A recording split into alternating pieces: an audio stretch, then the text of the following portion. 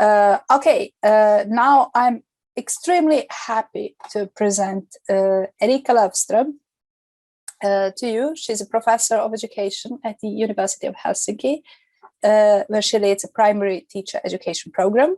She's a distinguished researcher in research ethics and integrity and related learning and supervision processes, as well as academic writing and plagiarism. She teaches research ethics and integrity to undergraduates, graduate, doctoral students, faculty, and experts in these areas. And she is very keen on developing research ethics and integrity training. She's a long-term chair of the Non-Medical Ethics Review Board at the University of Helsinki and has actively developed local ethics review practices as well as guidelines at the national level. She's a board member of the Academy of Finland and vice chair of the Finnish National Board on Research Integrity. She also chairs the group that oversees and develops the National Research Integrity Advisor System established by the Finnish National Board on Research Integrity. And she has collaborated actively with colleagues across Europe, amongst other things, in Virtue and NERI.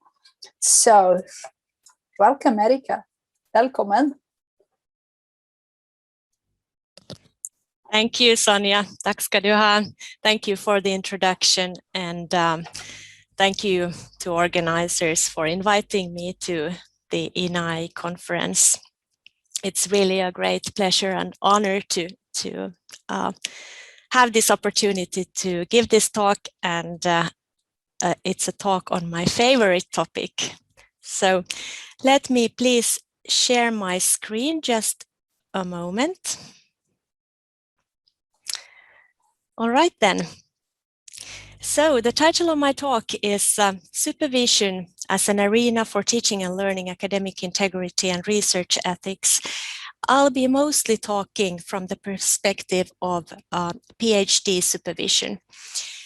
And also, I won't distinguish a whole lot between the concepts of academic integrity and research ethics, although I realize that they are different entities, but in many ways they are intertwined and they both exist and coexist all the time in supervision. Also, when we started this line of research with my colleague some 12 years ago, we started to look into supervision particularly. And we decided to use the concept supervision ethics. It could have been also supervision integrity, but we thought that supervision ethics as a concept better somehow describes the whole area that we wanted to look at, and as a concept it seemed more suitable. So just so that you know that I will be using supervision ethics as the concept, but there is also integrity involved in that.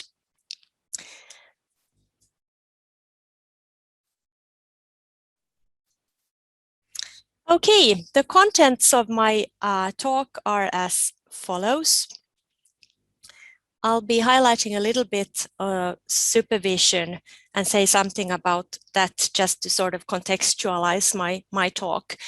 Then I will look more closely into manifestations of integrity and ethics in the supervisory relationship. And I'll be also looking into what that might look like from the eyes of the supervisor and supervisees. And then I'll talk a little bit about dynamics of supervision ethics. So what other factors come into play here. And I'll end with some lessons learned and implications for learning. So to start off with supervision, I tend to align in my views with the strand of literature that views supervision as activity that is nested in the research community. So it means that it is very much pedagogical practice related to teaching, but it takes place in the context of learning research, learning to do research. So somehow supervision is there at the crossroads of research and teaching, which are both very important areas of what is done in universities. And supervision is also rooted in various contexts of scholarly communities. So supervision takes place between individuals. We have the supervisor or supervisors and the supervisee. There are doctoral seminars, there are doctoral programs, doctoral schools. Supervision takes place in research labs, supervision takes place in research projects and various constellations. So in that sense, it happens in very many places and it's all over the place really in an academic context. We also know from prior research that supervision is one of the central determinants of the doctoral experience. So it contributes to degree completion, the time it takes to complete the doctoral degree, to student well-being and satisfaction, competence development, and many other outcome variables. Also, in the supervisory relationship, doctoral students learn disciplinary traditions, practices, cultures, and norms, and ethics and integrity are very much part of all those traditions, practices, cultures, and norms. It's sort of present even if it's not explicitly spoken about. Now, there are a number of challenges in supervision that has been identified in previous research, and these are just some of them. So juggling a variety of role expectations, handling the professional-personal relationship, the use of power, because when there is a supervisor and a supervisee, there is almost by default a power imbalance. But the issue is how to use that power, what to do with it. You can use it in many different ways. Supervisor availability, juggling between pushing the doctoral student to more and greater independence, but at the same time not allowing them to go in directions that you as a supervisor recognize that that's not a fruitful direction. And also issues around supporting doctoral students' well-being. Now, these challenges align pretty well with what has been identified in literature on ethical tensions in educational contexts. One of the tensions has to do with authority and maintaining a necessary distance, a professional stance, and in a way a professional distance, but at the same time being approachable and close enough. Cultivating a relationship, but not too deep and private, considering what is in the interest of a doctoral, individual doctoral student versus what is the needs of a group of doctoral students or a research group, where individual needs and priorities might be at conflict with the group as a whole. And direct instruction when needed while still supporting the doctoral students' independence. So these are typical situations in pedagogical contexts where ethical tensions are present, and when we have ethical tensions, they might arise ethical issues which might turn into ethical problems if not attended to. So why should we care about ethical aspects in supervision? I want to highlight a recent study, a fairly recent study by Roach and colleagues from Australia, who found that academic integrity stands out as the one attribute which students value the most in their supervisors. And this is quite a remarkable finding. Typically, you will get in these studies issues like, or things like feedback, communication. These are the kind of things that doctoral students value highly in their supervisors. But this one study highlights academic integrity as that sort of thing that students really value.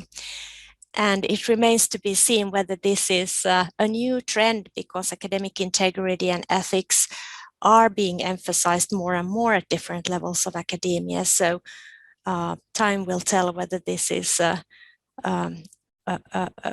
trend that we will see in future studies as well.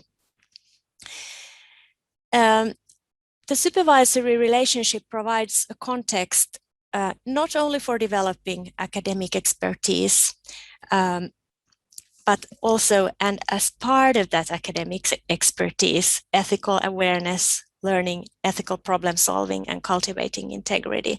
So it's not about research methods, competencies, or theoretical knowledge detached from the ethics. And there are several studies highlighting the importance of supervisors. So supervisors play an important role in promoting students' acceptance of academic integrity, values, and norms. Studies also show that most students learn ethical standards of conduct from their supervisors and other seniors, but clearly supervisors are in a key role here. Studies also show that researchers who are not that well integrated in the research community, who are somewhere slightly there at the borders of the core community, they apply more ethically poor practices. However, at the same time, there has been research showing that students who collaborate most closely with senior faculty are also most frequently exposed to unethical behavior.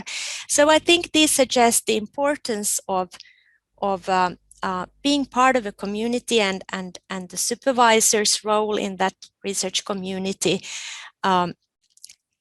both in terms of cultivating the integrous and ethical behaviors, but also there is a slight risk that if supervisors themselves don't follow high ethical standards and exhibit integrous behaviors in their practices, this will also be a strong signal and a learning opportunity, the downside of a learning opportunity for students. So supervisors, all in all, very important people. Now, what do supervisors think about their role as teachers of academic integrity? These are results from a study we did with colleagues from New Zealand. It was done with a Q method. So we identified type of like profiles on how supervisors view their role in teaching academic integrity. And we identified 5 profiles.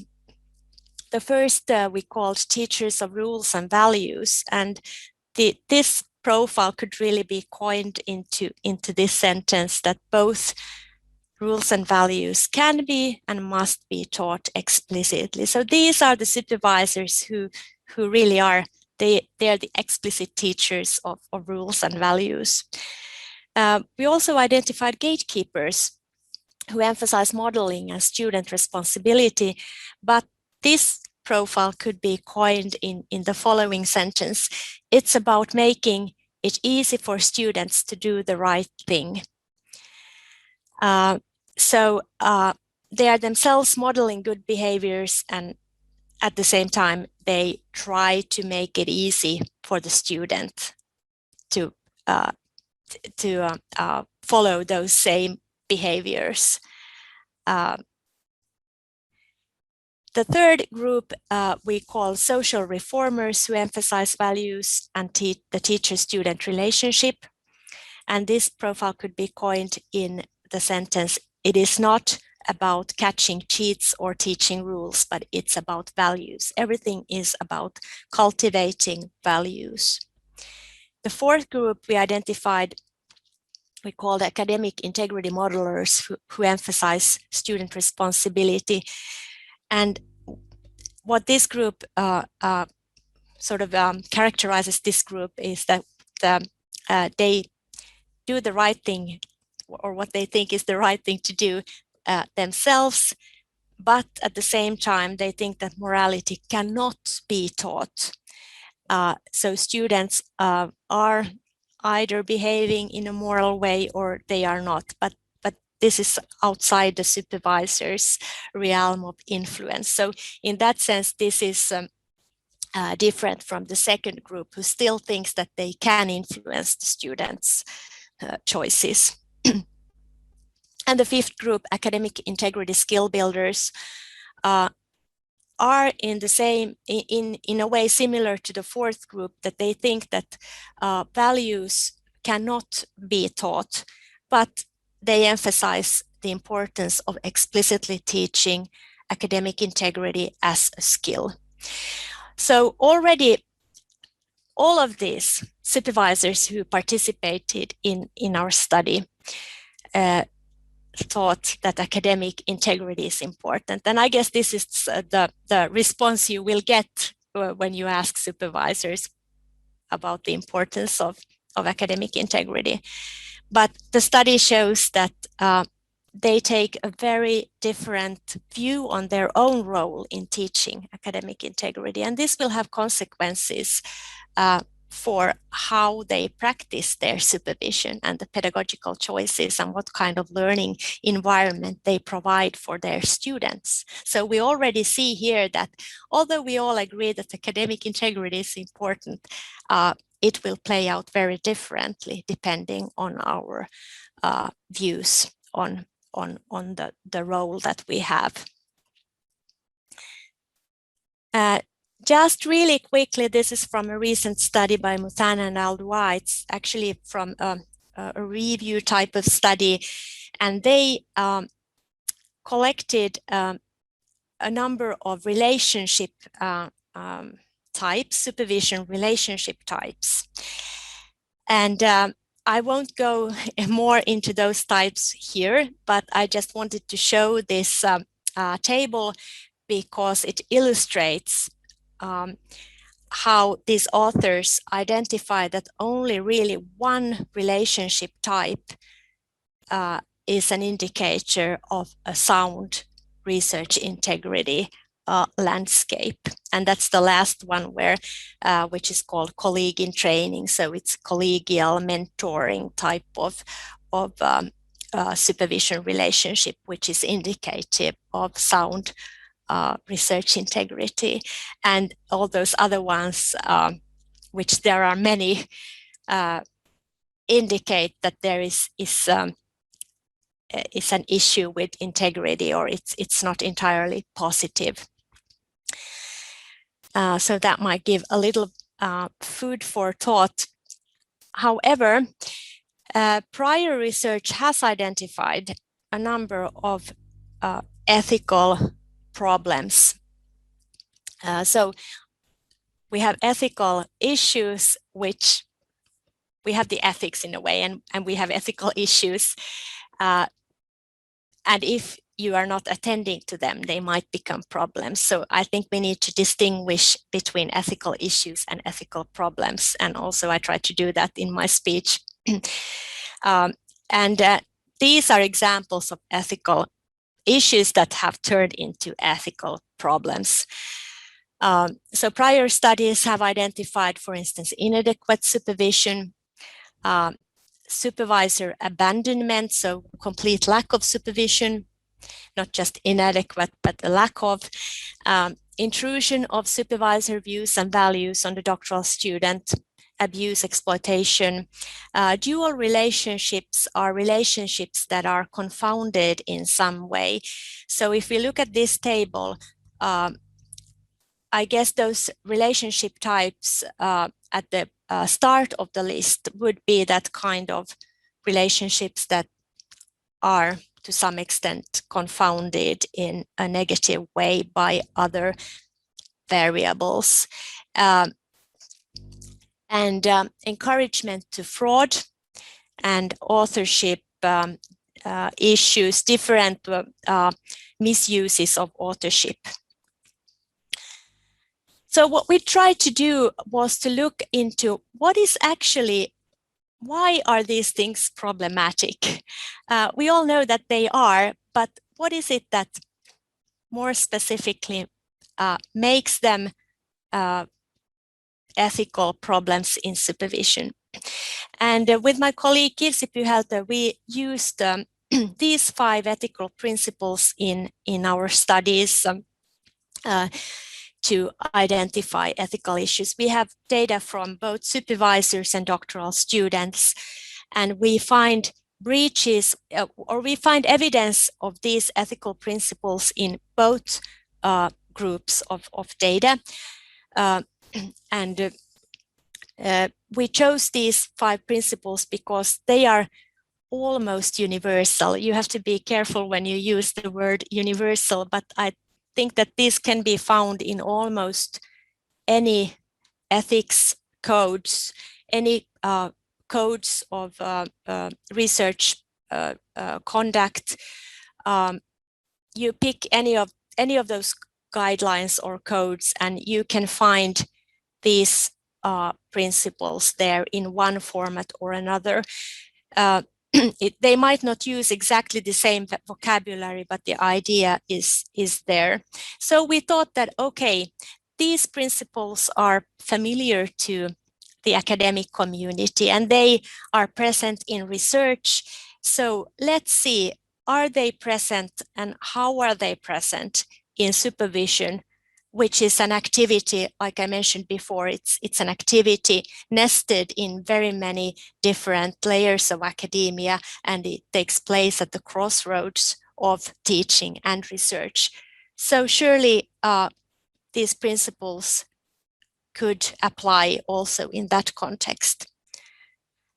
So we went and looked for how these things emerge in our data.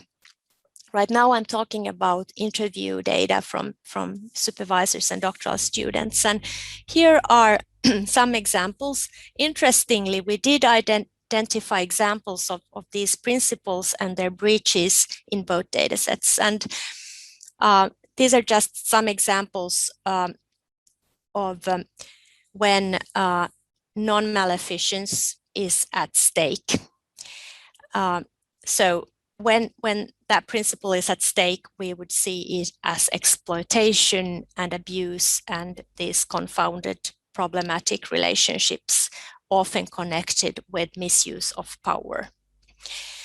When beneficence is at stake, we could see it as a lack of supervisor competence, inadequate supervisory support. So different forms of or different situations where the supervisor is unable to really carry out their supervisory task for one reason or another. So even though they are not actively doing harm, they are still unable to do the good. So that's the difference between the non-maleficence and beneficence. The non-maleficence breaches are more striking in a way, and they are more direct harm coming out from those situations, whereas in beneficence, that would be sort of more implicit, and the harm might not be that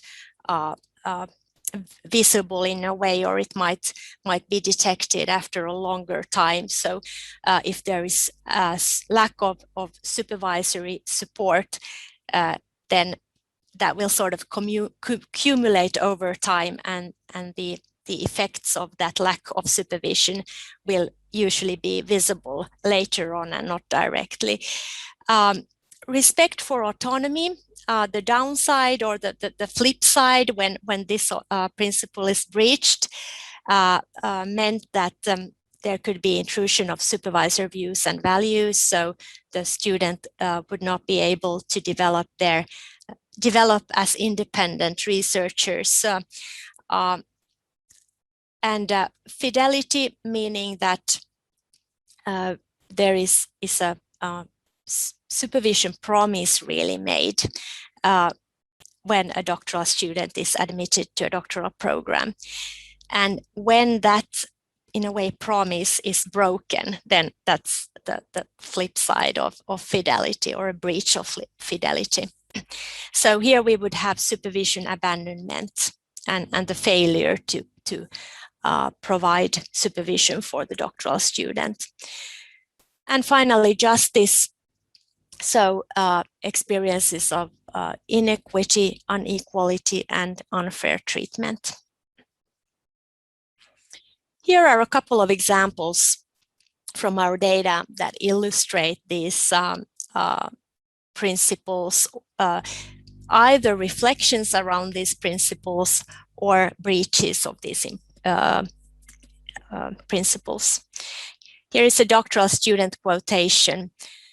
The doctoral student says that we are taught to question things, and that's good. And he or she goes on to talk about the cumulative nature of knowledge, and it's important to critique others' work. And here's the dilemma. It would be great to be able to truly have a discussion with my supervisor, but it isn't like that. My supervisor will say, no, that's not how it goes. And this is a problem, in my opinion. So this could be an example of a situation where where the supervisor is intruding his or her views, and the student is not able to develop their views about their research topic. However, from the supervisor point of view, this could look different. The doctoral student receives from others, but simultaneously also preserves or develops his or her own perspectives, which at best deviate in interesting ways from the supervisor's ideas. So it's difficult because you never know when you might have pushed an idea too strongly and prevented the doctoral student from developing their own idea. And there is the opposite, when you should have been more forceful and not leave it up to the student to decide.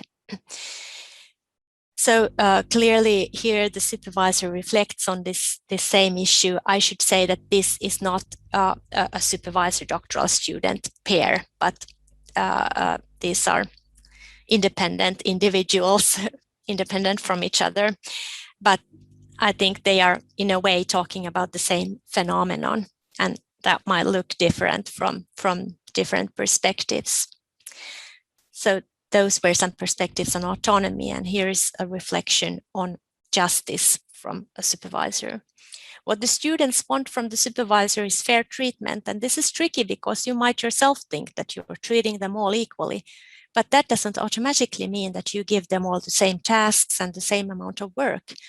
It should be related to their skills and capacity, and that is fairness. But they don't see it that way. They want everything to be exactly the same, and that's a problem because you should treat them in a fair way, but true equality where everything is precisely equally shared is impossible. So here, this illustrates yet another dilemma that the supervisor might be pondering upon. And here is about the relationship or supervisor role. Some expect friendship, and that's a critical, difficult thing. I don't even have time to be a friend. And that possibly causes feelings of unfair treatment and all sorts of nasty things. And then the supervisor goes on to talk about that he or she cannot take the responsibility if somebody have personal issues going on. I will not listen to it for years. It is unreasonable that someone forms this kind of therapy relationship with me. So that's a reflection on the roles and also expectations that some students might have on their supervisor.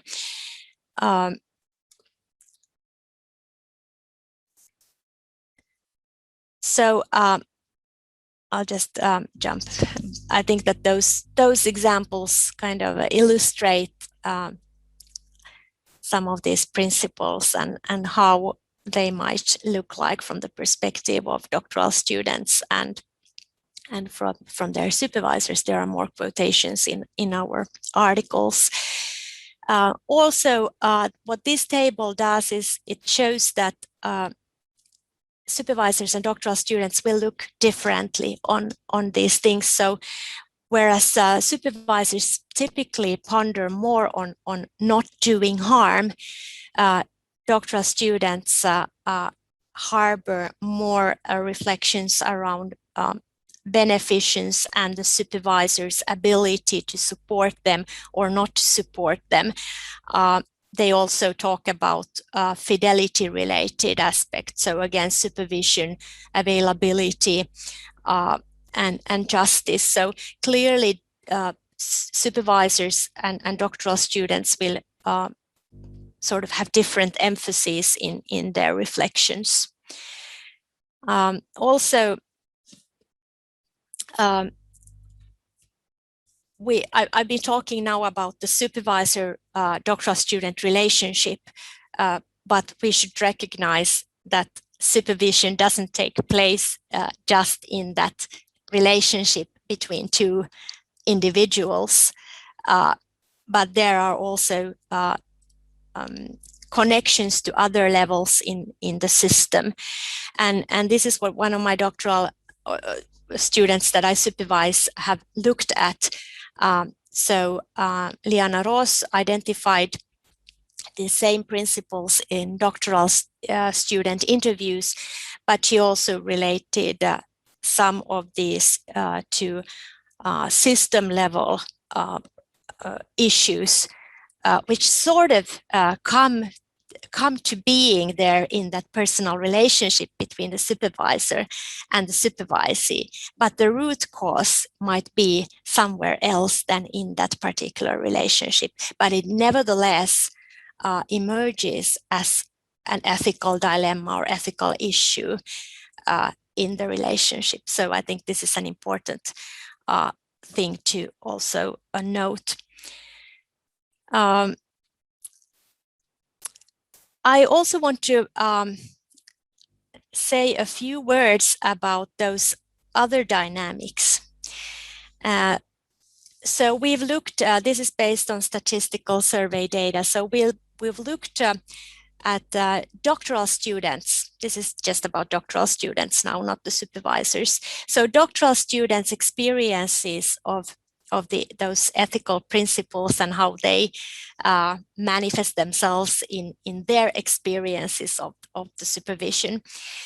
And we can see here that those principles bear different implications. Autonomy and beneficence seem to operate in a similar way, whereas fidelity, justice, and non-maleficence seem to operate in another way. Autonomy and beneficence, when doctoral students experience that this is good, their autonomy is supported and the supervision benefits them, does the good for them. This has a positive effect on doctoral students' engagement in their research. Whereas a lack of or a problem in these principles contributes to burnout. On the other hand, positive experiences of fidelity, justice, and non-maleficence, so no harm done, justice is okay, and the supervision promise is kept. This promotes doctoral student satisfaction. And on the downside, when harm is experienced, justice is experienced as lacking, and fidelity is experienced as lacking. This causes attrition intentions, dropout intentions from the doctoral program. Now, engagement and burnout are affective type of variables, whereas satisfaction and attrition intentions are more variables or outcome variables that are related to perceptions of the learning environment and what the learning environment does for you. whereas engagement and burnout are more the affective landscape related to the person. Of course, it's not removed or loosened from the perceptions of the learning environment, but they are a different type of outcome variables.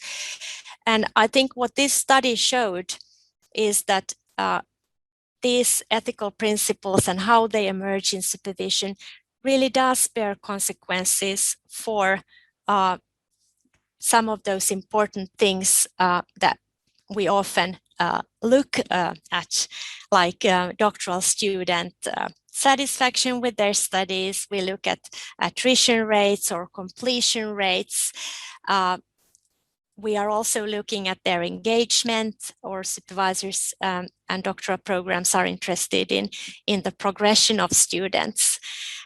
So we are looking at these kind of outcomes, but we are not necessarily looking at whether there are some ethical principles working there in the background.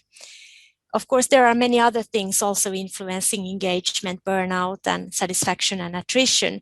It's not just about the ethical principles there, but this study shows that we cannot overlook these principles when we are talking about these outcome variables. So I think this was an important realization that we made in this study.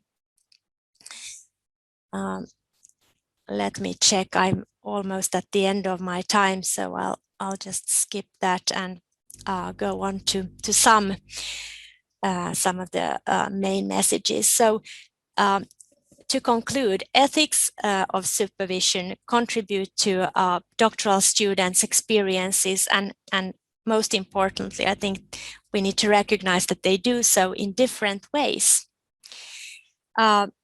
Also, while a large number of doctoral students do not have ethically troublesome experiences in supervision, many do, and they are not a homogeneous group, but they will.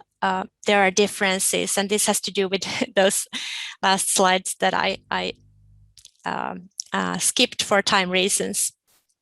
Nevertheless, my message is that doctoral students are there are different subgroups in a way, or sub-profiles in terms of the ethical experiences.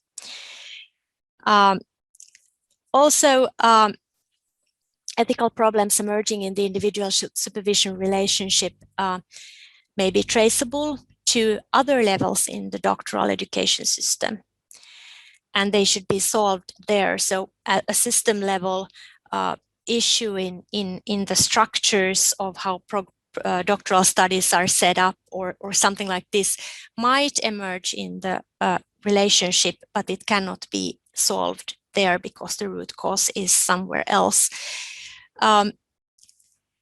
Ethics and integrity is explicitly a theme in supervisory encounters, but it's also implicitly modeled through behaviors. So much of the ethics and the integrity is latently present, and it requires an awareness of these before they can be scrutinized and dealt with. And I think the ethical principles provides that kind of tool to sort of raise awareness and then deal with the ethical issues, or handle the ethical issues in the right domain. So non-maleficence issues are different from fidelity issues. And the ethical principles are fundamental to the academic community at large. And these principles are present in ordinary supervision encounters, as we saw in our data. It is in the supervision practices that the principles are manifested and lived. And this is why supervision is such a powerful teaching and learning environment of ethics and integrity. And last but not least, the daily ethics is mostly rather undramatic. So as you see, I haven't brought very many drastic examples of abuse and exploitation and dual relationships with power abuse. There are those, but that's sort of a tip of an iceberg, if you can say so. the ethics is constantly there, and most of the time it's rather undramatic, but it requires awareness and it requires reflection, and then it can be handled appropriately. So I'll stop there and thank you, and give over to Sonia. Thank you so much, Erika, for this amazing talk.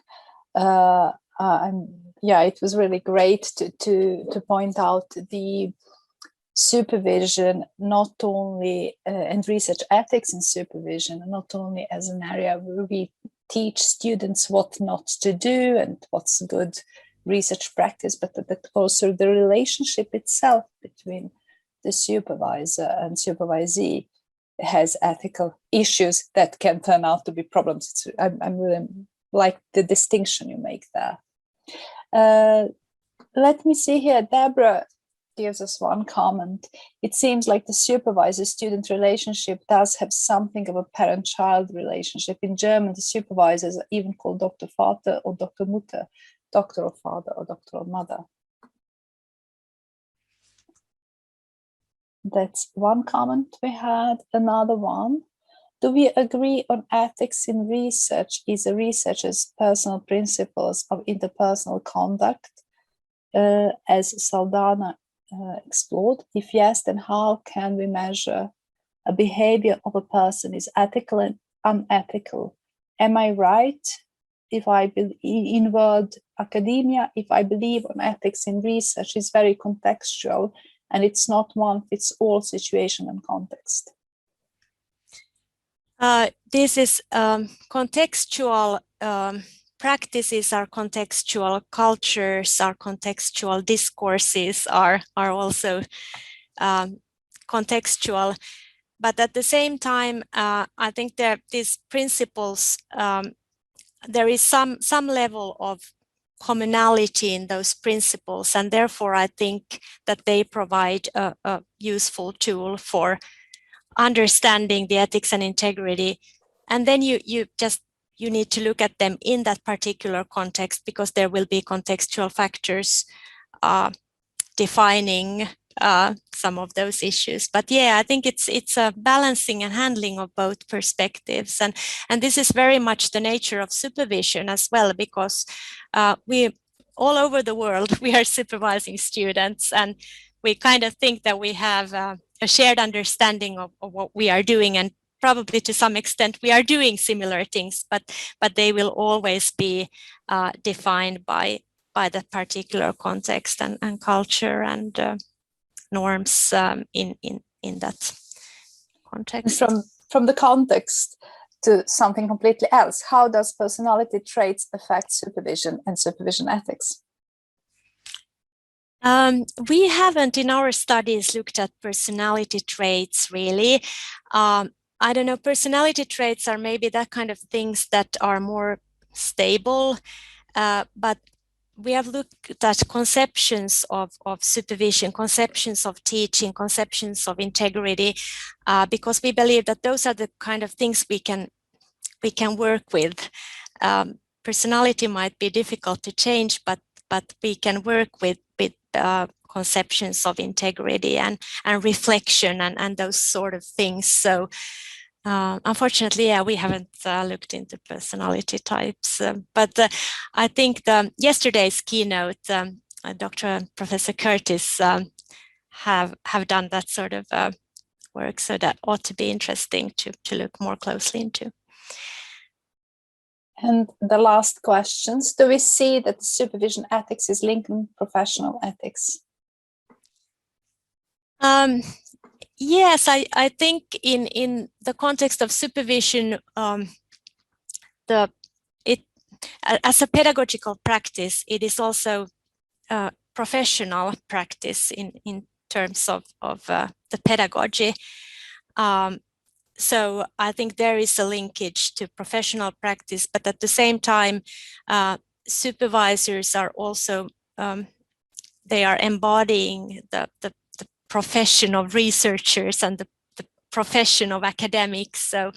So maybe that's another professional ethics connection.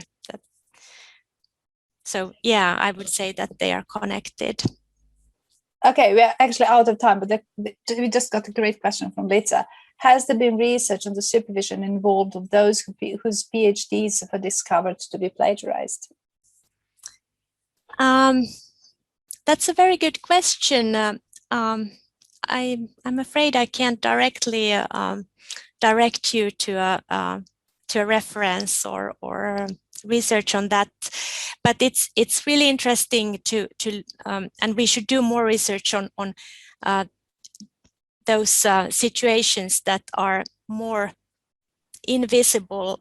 For instance, doctoral students who drop out of their doctoral studies. They are difficult to reach, but there might be something in terms of the ethics and integrity that would be really interesting to look at. And I have colleagues in Estonia who have looked at dropout doctoral students' experiences, but not directly from an ethical perspective. But I think you are onto something that sort of trying to uncover what's there beneath that flip side.